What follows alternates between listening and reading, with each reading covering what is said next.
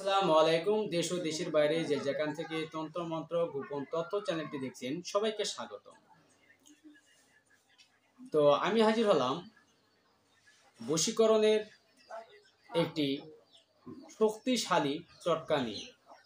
তো এই টটকাটি কিভাবে আপনারা প্রয়োগ করবেন, কিভাবে কাজ করবেন, সমস্ত কিছু বলে দেব। এটি ছেলেদের ক্ষেত্রে বা মেয়েদের ক্ষেত্রে একইভাবে প্রয়োগ নিয়ম একইভাবে কাজ করতে পারবেন। তো কিভাবে কাজ করবেন, কিভাবে না করবেন, চলুন আমরা সমস্ত কিছু A to Z ভালোভাবে জেনে নেব। অবশ্যই ভিডিওটি প্রথম থেকে শেষ পর্যন্ত দেখার চেষ্টা করবেন। ভিডিওটি স্কিপ করলে, কথা ভুল হলে আপনারা সেই কাজে সফলতা অর্জন করতে পারবেন না। আর যাদের কাজ হবে অবশ্যই তারা কমেন্ট করে জানাবেন তারা কাজ করতে পারছেন কিনা। আপনারা কমেন্ট করলে, যারা কাজ করে সফলতা পাচ্ছেন তারা কমেন্ট করে বললে আমি সেটাকে মানে নিজের একটি ভালো লাগে। আর যখন আপনারা কাজ করে বা কাজ হলো কি হলো না সেটা যদি আপনারা না জানান, সেটাতে নিজেদের একটু খারাপ লাগার বিষয়। কারণ অনেক পরিশ্রম করে আমরা অনেক এমবি ফুড়ে, নেট ফুড়ে, সময় নষ্ট করে আপনাদেরকে জিনিসগুলো উপস্থাপন করি, সেগুলো যদি কমেন্টে না জানান নিজেদের খুব খারাপ লাগে। অবশ্যই আপনারা কমেন্ট করবেন, পারলে ভিডিওগুলো শেয়ার করবেন। তো মূলত আমরা অনেক সময় অনেক ক্ষেত্রে দেখি যার স্বামী স্ত্রীর বিষয়গুলো, যা স্বামী স্ত্রীর প্রতি নাকচ থাকে বা স্ত্রী স্বামীর প্রতি নাকচ থাকে, সেই ক্ষেত্রে আপনারা কোন টটকার মাধ্যমে এই কাজগুলো স্বল্প সময়ে করতে পারবেন। মূলত এটাকে কুফরিও বলা চলে, কুফরিও বলতে পারেন অনেকেই। আর তন্ত্রশাস্ত্রে এটি কোনো কুফরি না, এটা মানে শরীয়ত বিধান অনুযায়ী যদি বৈধ কাজে ব্যবহার করা হয় সেক্ষেত্রে বৈধ। আর যদি অবৈধ ক্ষেত্রে এটা ব্যবহার করতে চান সেক্ষেত্রে আমরা কুফরি বলেই গণ্য করব বা করে থাকি। তো কিভাবে কাজ করবে? আমরা অনেক স্ত্রী আছেন আগে ভালো ছিলেন এখন কথা শুনে না, আছে এরকম অনেকেরই আছেন, অনেকেই এরকম অভিযোগ করেন। তো সেই ক্ষেত্রে কিভাবে কাজ করবেন, কোন নিয়মে কাজ করবেন? আর অনেক সময় স্বামী পরক্রিয়ায় থাকেন, নিজের কথা শুনে না, আছে অনেকেই তো আছেন।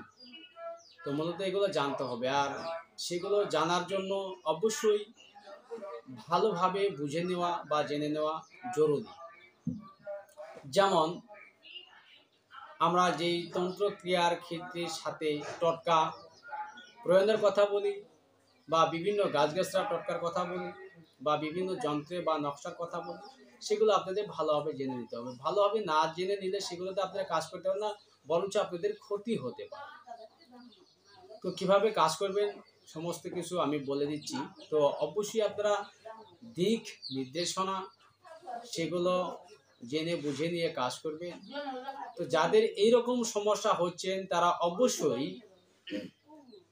অবশ্যই তারা কিছু দুধ নেবেন। দুধ নিয়ে সেই দুধগুলো আপনারা 7 বার বাসি মুখে, ঘুম থেকে উঠে বাসি মুখে আপনারা মুখে কিছু দুধ নেবেন। দুধ দিয়ে সেটি গড়গড়াইয়া বা মুখে হেঁচকে আর কুলি করে রেখে দেবেন একটি পাত্রে। রেখে দিয়ে ওইটা আবারও পুনরায় আবারও মুখের ভিতরে নেবেন, নিয়ে আবারও গড়গড়াইয়া কুলি করবেন, করে আবারও পাত্রের ভিতরে রেখে দেবেন। এইভাবে 7 বার করবেন।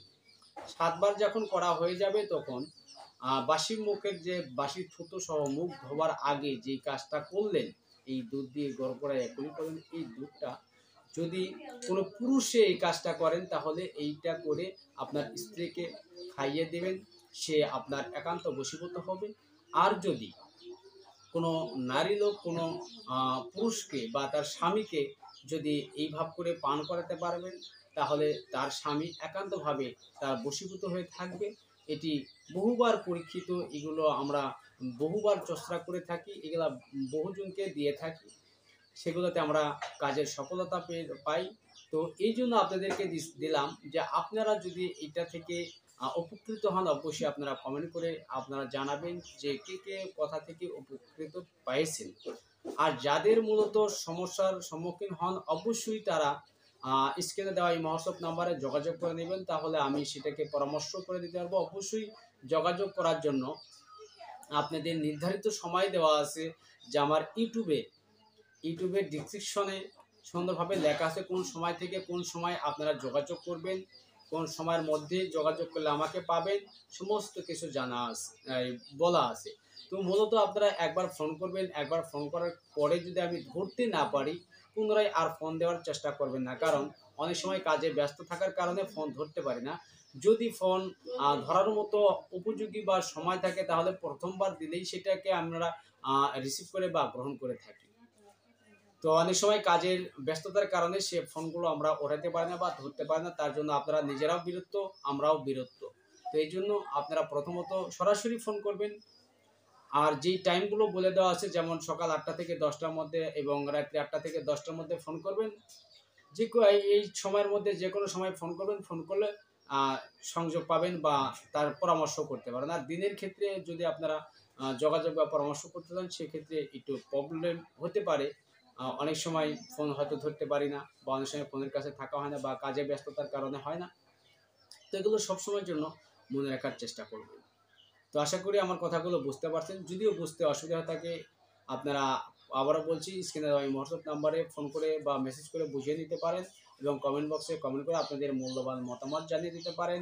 তো সবাই ভালো থাকবেন, সুস্থ থাকবেন। আল্লাহ হাফেজ।